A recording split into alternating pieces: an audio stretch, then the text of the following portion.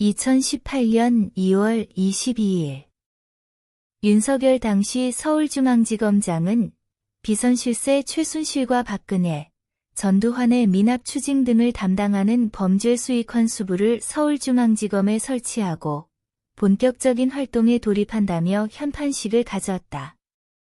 대규모 부정부패 사건 사범들이 취득한 범죄수익 추적에 매진할 계획이라나 뭐라나. 뉴스타파가 다뤘던 IDS홀딩스 사기 사건의 주범 김성훈의 1심 판결문을 보면 피해자들로부터 편취한 1조 855억 중에 국내외 법인 설립에 838억, 프로모션 등 3,163억, 투자자 원금이자 4,843억, 그리고 검찰이 압수한 910억이 나온다. 잔액 2,011억에서 검찰이 압수한 910억 원을 빼면 1,101억이 어디로 사라졌는지를 재판장에 물음에 사용처를 밝힐 수 없는 돈도 있는 법입니다. 라고 답변한 부분이 있다. 여기까지는 일단 김성훈이 범죄 수익금 1,101억 원은 은닉하고 있다는 것을 알 수 있다.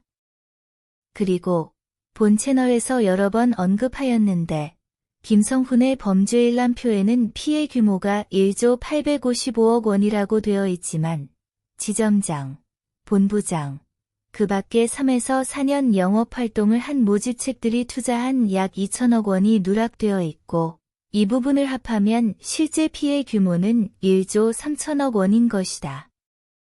2018년 IDS홀딩스 사기 주범 김성훈의 파산 선고 이후 파산재단에서는 피해자들의 피해 회복을 위해 물린 투자금보다 수당을 더 많이 가져간 자들에 대해 환수 조치를 하였는데 수천만 원에서 많게는 수십억 대의 수당을 챙겨간 본부장들과 200억 대 수당을 받은 지점장 3명을 포함한 지점장들 등 수많은 채무부존재자들이 피해자들에게 돌아가야 할 돈을 나도 나눠 갖겠다며 채권 신고를 하는 바람에 범죄 일람표상에는 보이지 않았던 2천억 원이 세상에 나오게 된 것이고 김성훈 파산재단은 그들이 직접 접수시킨 투자 내역서, 입금 확인증, 사실 확인서 등을 근거로 이들에 대해 환수 조치를 했던 것이다.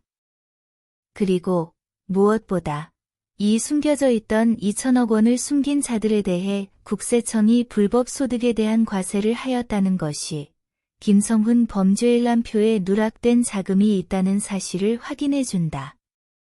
2019년 1월 IDS홀딩스 피해자들은 김성훈이 사기 사건과 관련된 범죄 수익을 은닉했다는 고소장을 대구지검 의성지청에 접수하였다.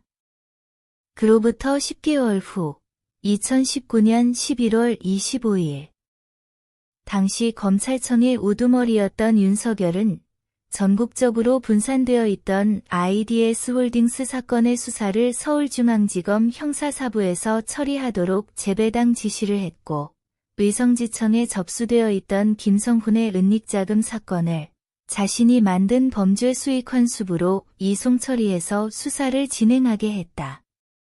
그 당시 피해자들이 확인하고 제보한 김성훈의 은닉자금은 1,000억 원이 넘는 규모였고 파산재단의 채권 신고액 기준으로 배당률을 계산하면 모든 피해자들에게 18.23%의 피해금이 돌아갈 수 있는 규모였다. 이 사건의 결말은 5년 반이 지난 지금까지 아는 사람이 아무도 없다. 김성훈 파산재단은 아직 해산하지 않았고 김성훈이 은닉한 피해자들의 돈을 찾기만 하면 피해자들에게 균등하게 돌려줄 수 있다.